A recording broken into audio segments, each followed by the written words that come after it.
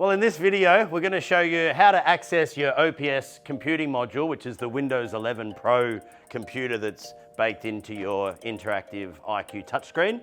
So let's get amongst it. What we need to do is press the green button here, the signal source. Anything you've got connected to this screen is going to be highlighted in blue.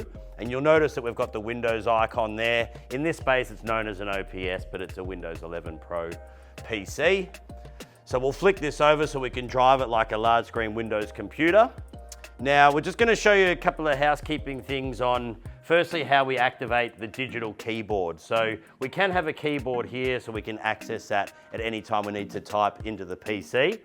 How we're going to achieve that is by going to the Start menu and pressing the Settings cogwheel. That's going to take you through to some menu options here, and we're going to want to select the taskbar.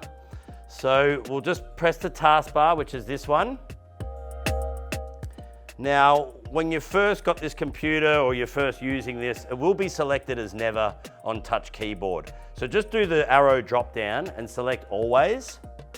Once we hit always, you'll notice that a little digital keyboard icon presents itself there.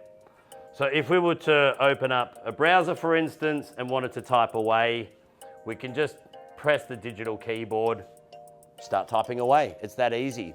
Now, what also I need to mention is when you're accessing any of your applications through the touch interface, just make sure you're touching at the bottom of the application where you've got the little line underneath it.